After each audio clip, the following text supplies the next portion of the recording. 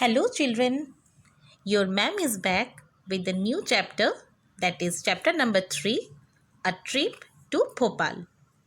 Our today's session is based upon the calculations. Come, let's begin the chapter. Before we begin the chapter, let's discuss about the keywords for different number operations. If you all are trying to solve any problem sums, you need to know some keywords. It will be easy for you to understand. Suppose for addition, you will be having the keywords like add, sum, in all, both, plus, combined, etc.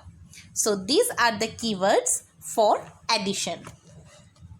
Next, subtraction. You need the words like subtract, how many more or less, minus, need to remain, take away, etc. So these are some keywords for subtraction. Next, for multiplication. Multiply how many times the product of the numbers. So these are the keywords for multiplication. And for the division. For division, the words like how you divide, what will be the quotient, how the particular groups are divided or separated into each. So, these are the keywords for division. Let's begin our today's session with chapter number 3, A Trip to Bhopal. This is about a school trip. I am going to take you all to Bhopal. In a school, all children are planning to go for a trip with their teachers. So, in today's session, we will calculate how many students are going for the trip, how they are planning, how they enjoyed the trip. All those things we will be going to see. It was a picnic day for the kids and the teachers had decided to get the buses on rent so that they can all go for the picnic. But when they were going, they were making a list of the students those are going for the trip. As here you can see the list. The first grade students, they were total 33 in number. The second grade students, they were total 32 in numbers. There were 42 students in class 3, 50 students in class 4 and 53 students in class 5. So, how many students were going for the trip? We will add all the numbers to find out the total strength of the students. So, if you add these numbers like 33 plus 32 plus 42 plus 50 plus 53, you will get 210 as the total strength of the students. So, 210 students were going for the trip. I had already told you that the teachers had decided to get the buses on rent. Now, each bus has 50 seats. If they get 4 buses, how many children will get their seats? Well, the seating capacity of a bus is 50. That means one bus is equal to 50 seats. Therefore, 4 buses is equal to 50 multiplied by 4 seats. Children, as you know that 4 is more than 1, then we have to multiply. So, if you multiply 4 with 50, then you will get 200. That means 4 buses will be needed to accommodate 200 students. Well, the answer is 200 children will get their seats. Here the question is, will there be any children left without seats? As you all know that the total number of students those are going for the trip is equal to 210. As we had discussed that if they get 4 buses, then 200 students will get their seats. That means the number of students got seats is equal to 200. So the number of students left without seats is equal to 210 minus 200. So you can easily get the number by subtracting 200 from 210. You will get 10 as a result. So the answer is 10 children are left without seats. Now it is not possible to get another bus for 10 students. So they had decided to get the minibuses. Now each minibus can take 35 students. How many minibuses are needed? As you know that the total number of students is 210. One minibus can take 35 students. So the number of minibuses needed is equal to 210 divided by 35. So here we will solve this division. As you can see that 35 is a divisor and 210 is a dividend. Now if you will divide it, then you will get 6 as a quotient.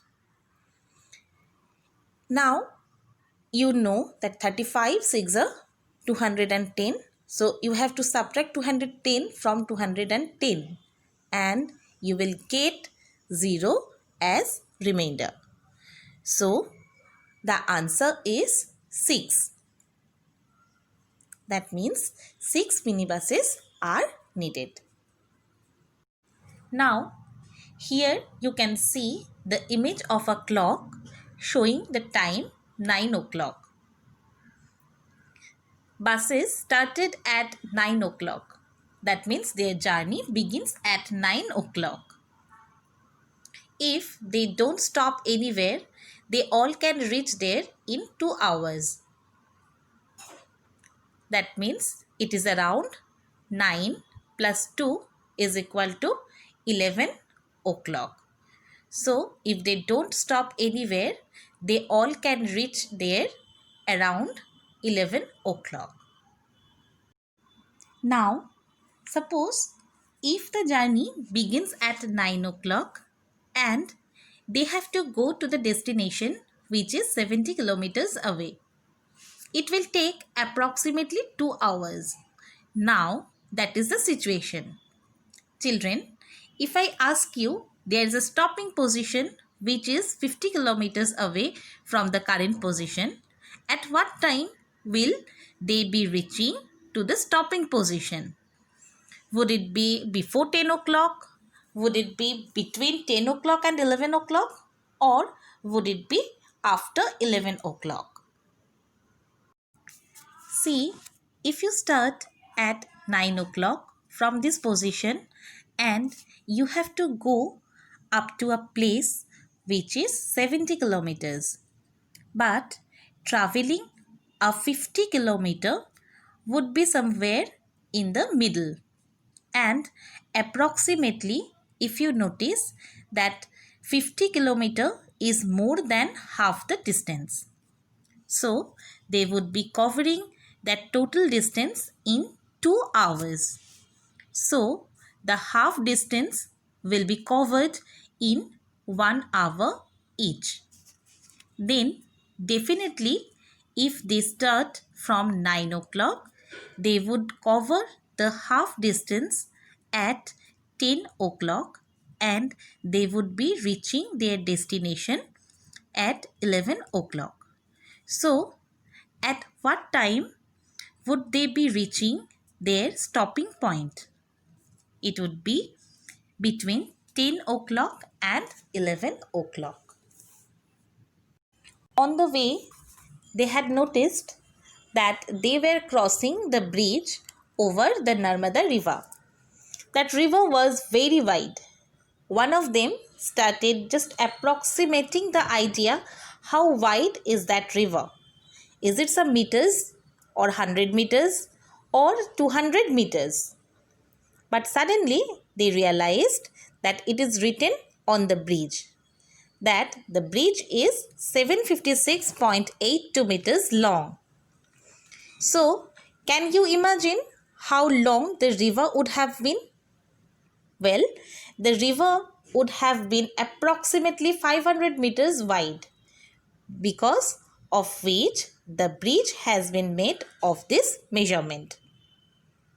Now, here you can see the water level now is 40 meter below the bridge, and the water level at rainy season is 15 meters below the bridge.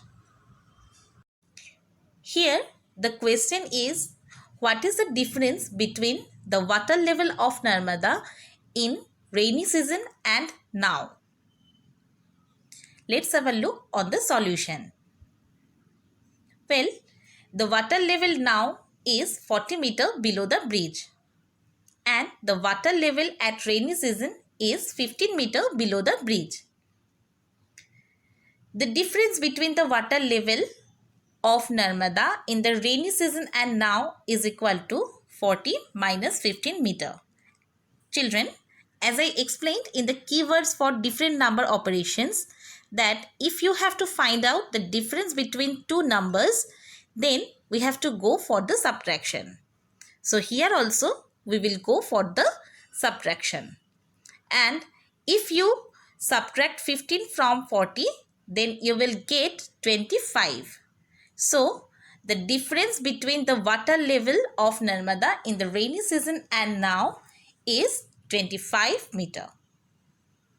Students, now I will stop my today's teaching session over here. We will continue the rest of the chapter in the next lecture. Hope you have understood. Now go through the chapter and revise it. Thank you.